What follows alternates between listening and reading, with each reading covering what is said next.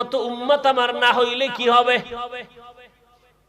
তখন তোমার কি উপায় হবে রে ভাই? ও এলাকার মুসলমান, আল্লাহর কোরআনটাকে কি মিথ্যা মনে করে বসছো নাকি? আমার নবীর কথাগুলো কি তোমার মিথ্যা মনে হয়? তো একটা প্রমাণ আমার সামনে দে।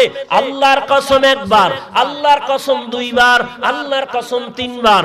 এখন যদি একটা ভুল বের করে দিতে পারো আল্লাহর কোরআন থেকে, আমি এখন দাড়ি কেটে ফেলবো, জামা আগুন দিয়ে পুড়িয়ে ফেলাবো, আর নামাজ পড়বো না, প্যান্ট শার্ট টাই লাগাইয়া এরপরে নাচ গান নিয়ে রাস্তায় নেমে যাব।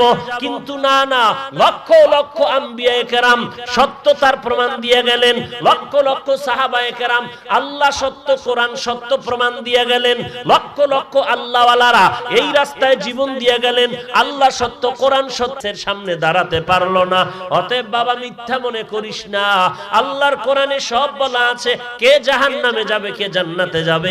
অনেকে বলে আমি জান্নাতি না জাহান্নামী, হুজুর কেমনে বলে? ওরে হুজুর তো বাবার থেকে শুনিয়ে বলে না, আল্লাহর কোরআন রিসার্চ করে বলে। আল্লাহ তো স্পষ্ট বলেছেন, কোরআন খুলে দেখ, ইন্নাল আবরার লাফি নাঈম ওয়া ইন্নাল ফুজ্জারা লাফি জাহিম।